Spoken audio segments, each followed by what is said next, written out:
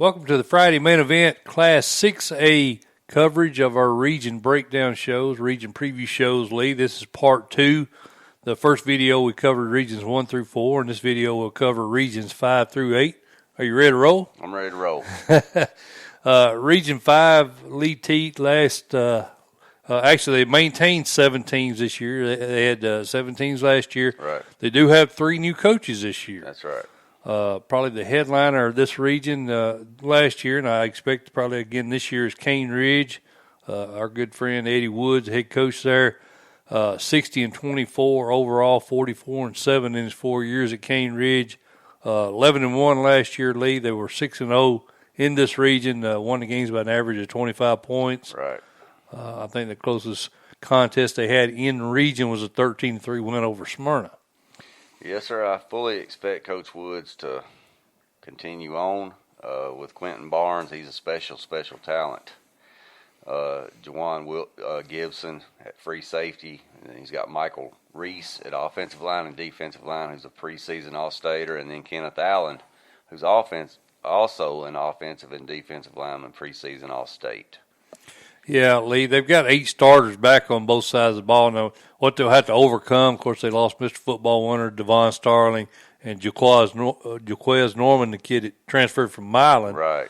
I think, man, when I was watching all the teams I watched last year, that may have been the best 1-2 combination I saw out of a backfield. Yeah, I said it all year long, and I still say it. I think Devon Starling was probably, I know he was a Mr. Football, but that kid, he was the real deal.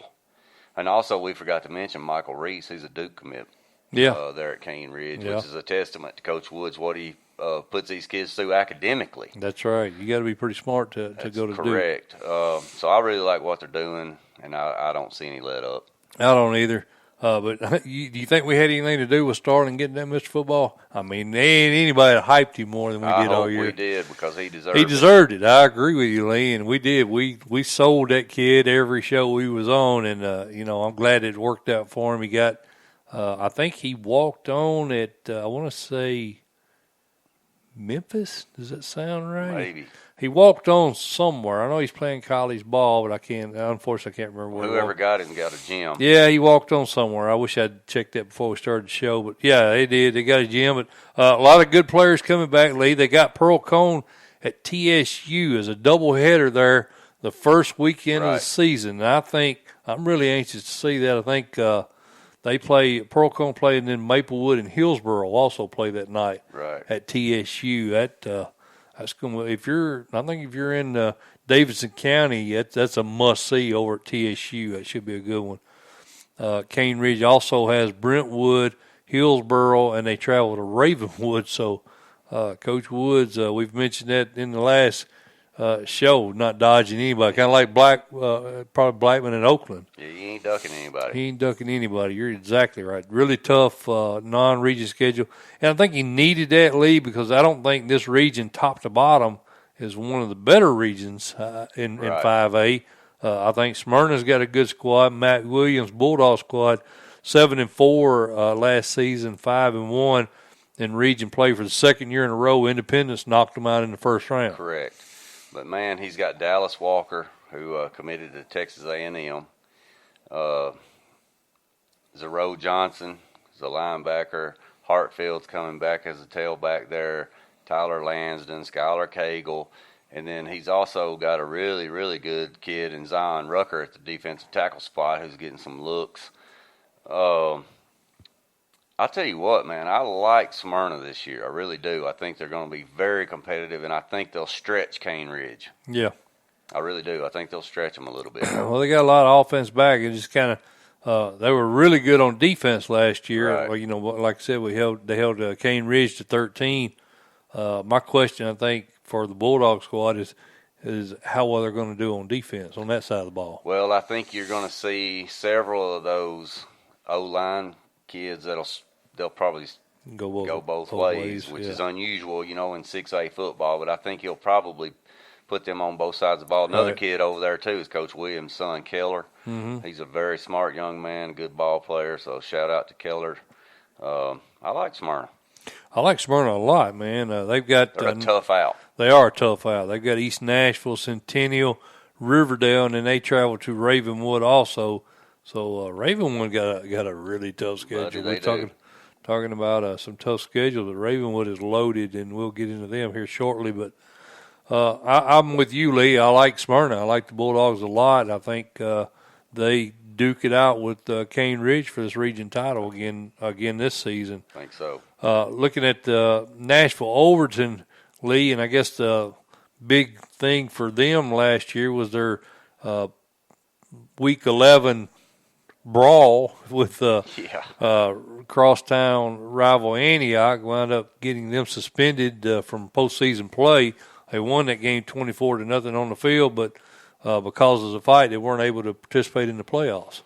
Yeah, I tell you, Overton had a lot of graduation. It's going to eat them alive last year.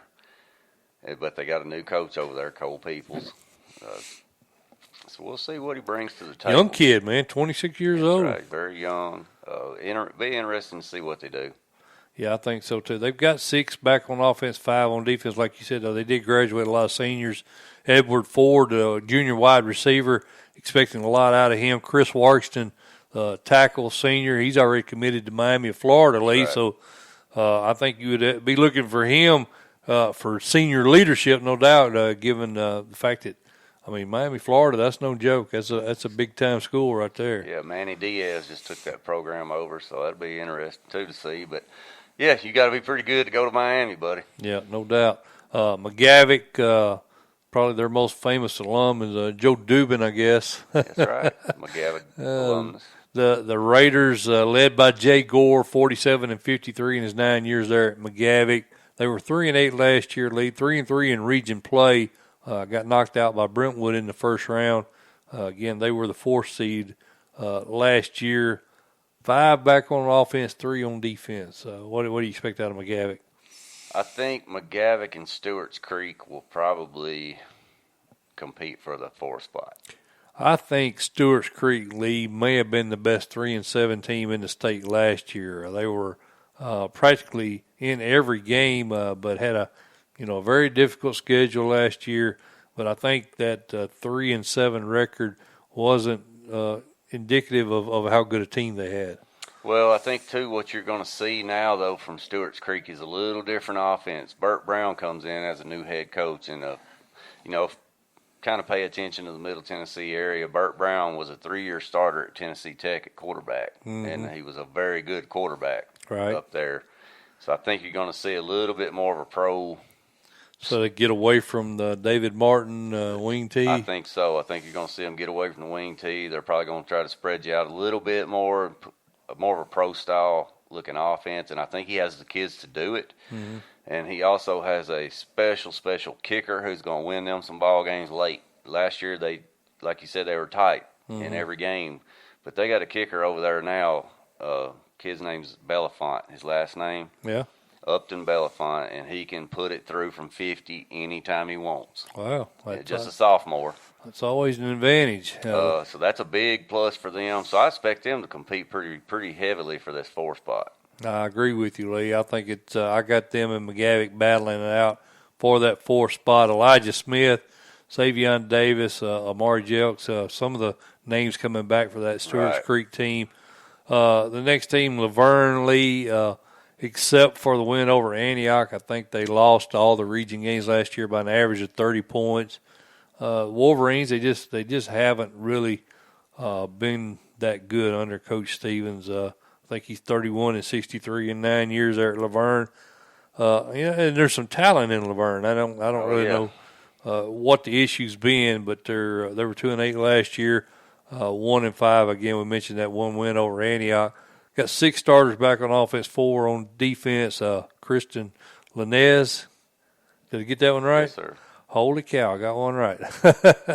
William Monaghan, and, I think them along with Cavius Wells, running back, I think there's talent there, Lee. It's just I don't know if it's ever going to translate in the win column for them. The last team, and speaking of no translations to the win column, Antioch, currently the longest losing streak in 6A 19 straight games. They were shut out 4 games. They haven't scored a point last 3 games they played. Right. They've got a new coach, Ian Marshall. He was a running back coach at Ridgeway. He takes over from Mike Head. What about the Bears? Do they get off the winless streak at any point? It's going to be very hard because they don't return any returning starters on the defensive side of the ball and only 2 on offense. It's going to be a pretty tough road. They've got Nolensville, Wilson Central, Hillwood, Clarksville Northeast.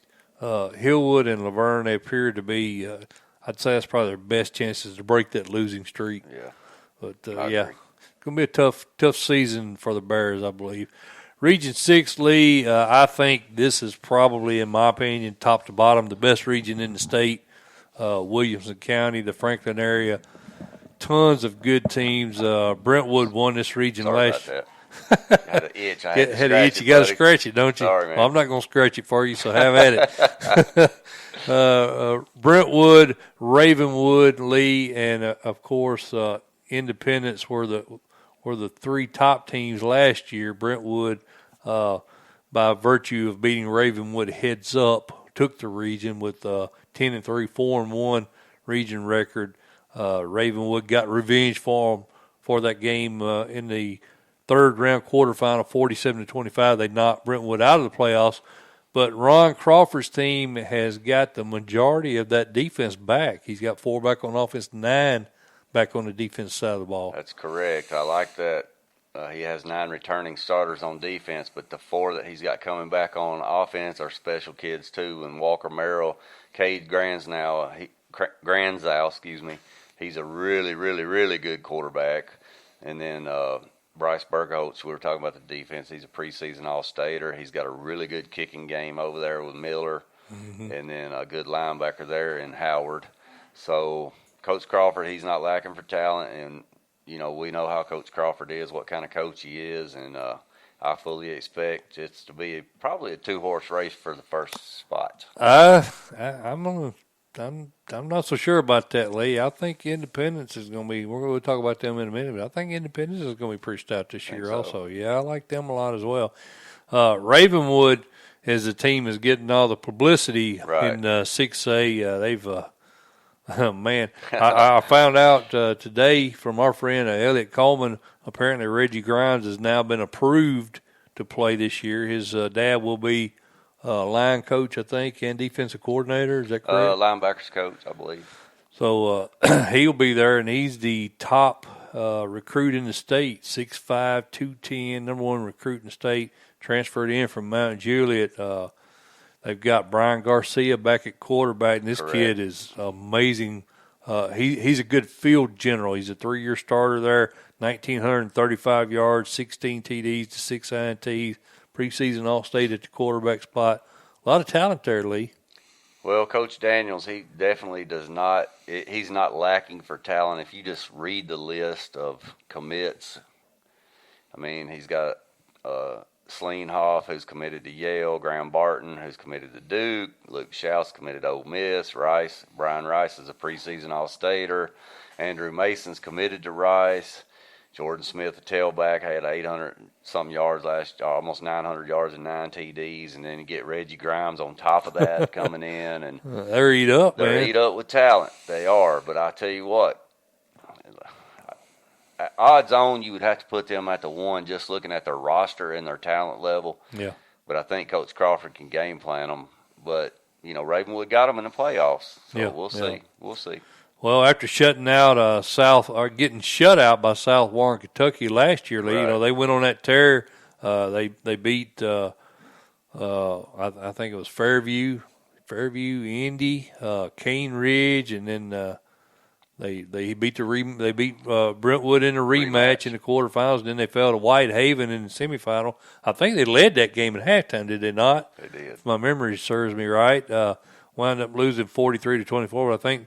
There may have been some balls that went to, they had some bad bounces there in the second half. Right. But I believe they did lead that game. Going into halftime. And then 8 starters back on offense, 9 on defense, and then you throw in Reggie Grimes. I mean, they practically got the same team back plus.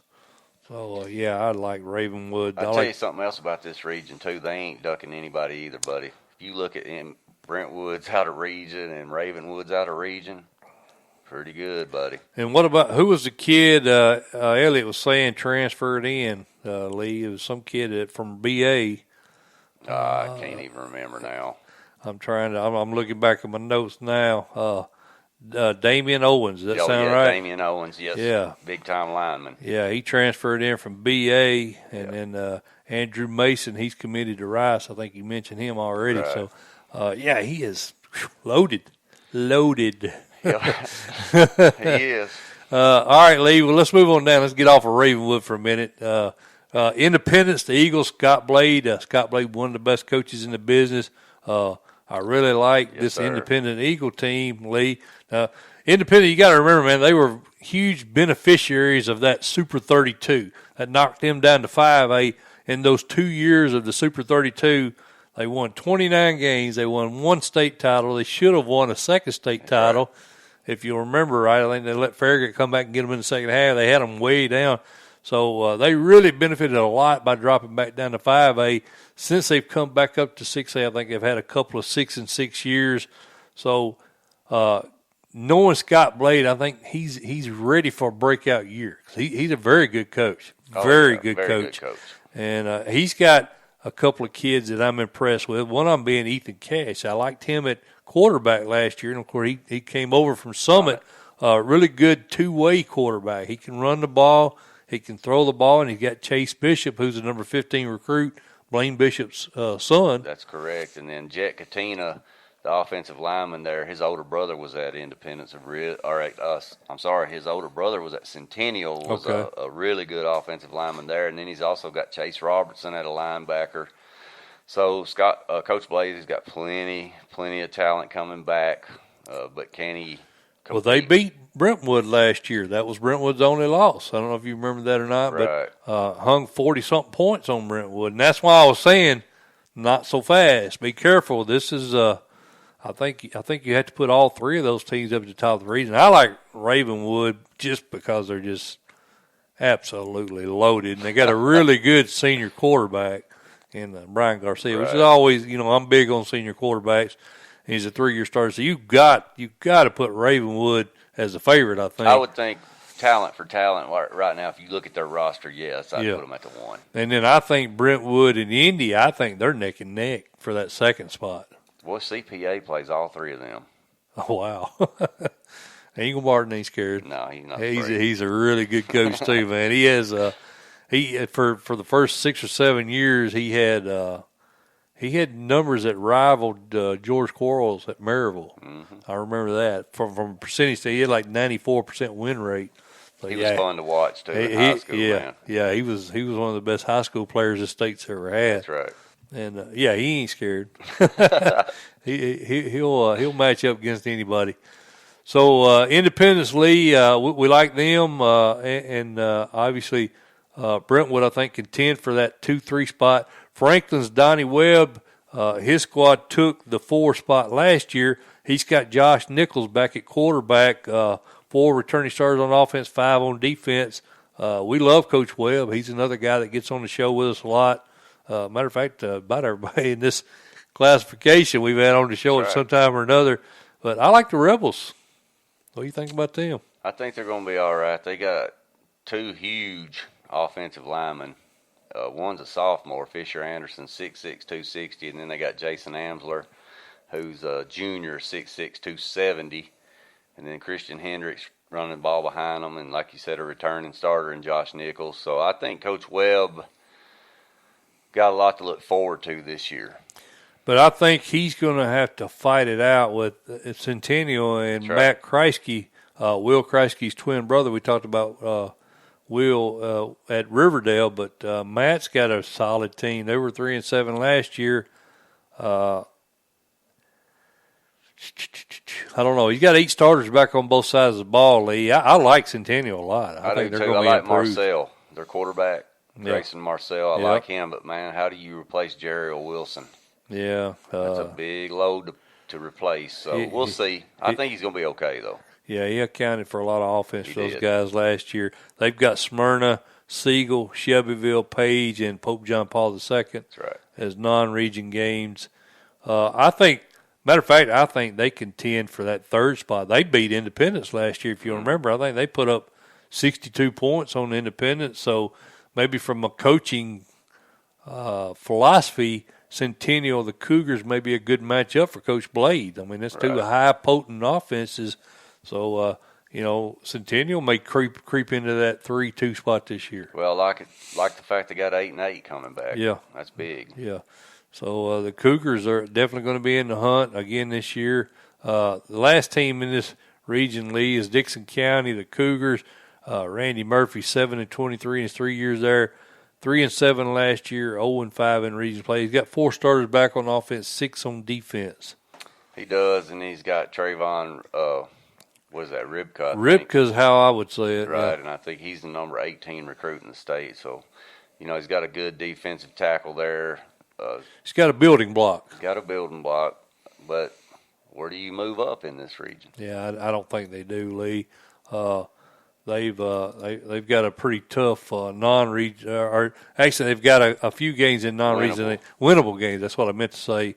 They got Creekwood, Columbia, McGavick, Rossview, and Fairview. They go to Fairview, so they've got some lower classification games. Not necessarily bad teams, but they may outnumber them roster-wise and depth-wise, so they may have a shot in some of those games. Right. But yeah, I love Ravenwood to win this region, and I think Brentwood, Independence, and Centennial probably contend for those 2, 3, and 4 spots, and I give Franklin an outside shot of sliding in there as well. Right.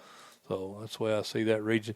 Region 7, Lee, I really like Houston, and that may shock you because we don't talk about Houston a whole lot, but I did a little research on them, and I like Ethan Burns, the quarterback, coming back.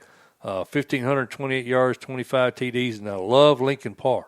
That kid is a preseason All-State, 2,143 yards, 31 TDs. Fell to Whitehaven by 4 in the second round. That's right, that's why I like them, man. And I think Coach Thomas has this team rolling, and to me right now, looking through I'm thinking playoff time, and I think Houston might do something this year, man. Me too. I really do. Me too. I'm high on them, man. They won this region by an average of 24 points a game. 21-13 victory over Cordova was their closest contest. Played Whitehaven close, like you said. Germantown, I think, was their only loss last year, if I remember right. So I like this Mustang team, man, a lot. I think James Thomas, in his first year there, 10-2, 4-0 in region play, they're going to make some noise this year. Got 7 returners on offense and 5 on D. That's good. Yeah, they're loaded, dude. You better watch out for the Mustangs of Houston, I think, agree. over in the west side. Cordova, the Wolves, again, Marcus Wimberly squad. That was the only team that competed with Houston in region play. They were within 7 points of them. 7-4, 3-1 in region play. They got knocked out by Memphis Central by 1 point lead, 21-20 in the first round. They got 4 starters back on both sides of the ball. Yeah, I think Coach Wimberly's got a brutal out of region schedule this year, so I don't know that his win column goes up, but I think they'll be more prepared for the first round. Good point. And the non-region schedule, you're talking about Memphis Central, at Germantown, at South Panola, Mississippi, typically a very good team. Isn't that help me out, man. I think the guy coached at Peabody. I'm trying to remember who they're coaching. I think that's where he went, I believe. Give me time. My mind's getting old, Lee. I'll think of it after we get rolling here. But he's also got Lawson. Turner. Is it his last name Turner? I can't remember, man. Anyway, I can't remember either. But, yeah, they're typically a very good team is the gist of it. Right. Lawson, Whitehaven, and then Briarcrest Christian. So you're right, Lee. Tough non-region. Yeah, I don't know that his win column goes up, but I think they'll be battle-tested. Mm-hmm. Right. Joshua Hastings at wide receiver, Dylan Reynolds, defensive end, couple of kids that they'll be depending on to lead that team. Again, only 4 starters back on both sides of the ball. But Cordova, the Wolves are always a really good program over there in West Tennessee. Collierville, the Dragons, Lee, under new management. As one of two new coaches in this 5-team region. Joe Riccone, 5 years at White Station, takes over this program for Mike O'Neill. 5-6 last year, 2-2 in region play. What's your thoughts on the Dragons? I like Jared Dawson's commit to Louisville defensive tackle. Collierville and Arlington, I think, will be competing for the 3-4. That's what I kind of see. Yeah, I agree with you. Non-region games with Southwind, Center Hill, Mississippi. They go to Memphis Central, right. South Haven, Mississippi, White Station, and, of course, Evangelical Christian is their non-region schedule. And you mentioned Arlington, Lee. 3 of their 4 regions are the last 3 weeks of the season. So I like the fact, this is a young team. Right. 2 starters back on offense, 5 on defense. The bulk of the region schedule at the bottom of the schedule. So gives them time to develop. Exactly. Yep. And that's why I like them, or at least give them a chance to challenge for that last playoff spot. I think they're going to be matured, and they'll have almost a full season under them when they hit the region schedule. I think you're right. You buying that? Yes, sir. I ain't too smart, but I can reason a little bit. That makes sense to me. I think that's right. Kenneth Walker, the running back, is a senior back to lead that team on offense. One of those 2 starters back. Mitchell Faulkner at linebacker, Zach Baker, the quarterback junior, and John Worley, offense, a 2-way player on the line, are some of the kids Arlington's expecting to lead them. Right. I like the Tigers to compete for a region playoff spot. Bartlett, the Panthers, didn't win a region game. They're the second team with a new coach. Lee Lance Tucker takes over for Tim Haney, 5-5 overall last year, 0-4 in region play. Pretty weak non-region schedule. I think it's kind of the same this year. They've got Douglas, they've got MAHS, Memphis Overton, Memphis Central, good squad, White Station, and MLK Prep. Yeah, I think their win column goes up, but I'm not sure about it in region yet. Coach Tucker, he was 76-31 in Fayette County, Alabama. Okay. That's 750%. Yeah, that's good. Percentage. That's pretty good. We'll see what he got. I don't know a whole lot about him yet. Me neither. But we'll know more after this year for sure. Yeah, no doubt. 4 starters back on offense, 5 on defense. A lot of juniors on that line, man. Yep, that's right. That majority of the kids coming back are juniors. So if they don't make the turn this year, maybe next year. That's right. All right, Lee, let's move on to Region 8. Region 8 last year dominated in region play by Germantown. Right. They played both Memphis Central and White Haven twice. They beat both of those teams, Lee, in the first meeting by double digits, but barely beat Central in the second round, and then they fell to White Haven in the quarterfinals again. 14-0. Right. What's your thoughts on them? Well, we talked about Coach Smith earlier. He left out. And they got Tommy Farrell, who won a 6A title in Mississippi last year. Mm-hmm. He's got talent. Germantown has lots of talent down there. They always have, and they always will. And they have 6 home games. So that's a help. Chris Smith, I had after we did our last class, I had some contacts with some guys over there at Haywood where he went. Mm-hmm. And we were – we got in a discussion about why did he go, and I was informed that Haywood actually has a better paying job than Germantown, right. And there probably was more stability in that program. So kind of might explain his reasoning for leaving. But Germantown, the thing about Germantown is they knocked White Haven, who we typically have in our top 5. They knocked them out of that region title 2 years in a row. Correct. So I'm kind of curious to see what happens inside the region this year, because I know White Haven, even though it doesn't really mean anything, those region titles are fun to win for the kids. They are. So I think I like White Haven to flip this year.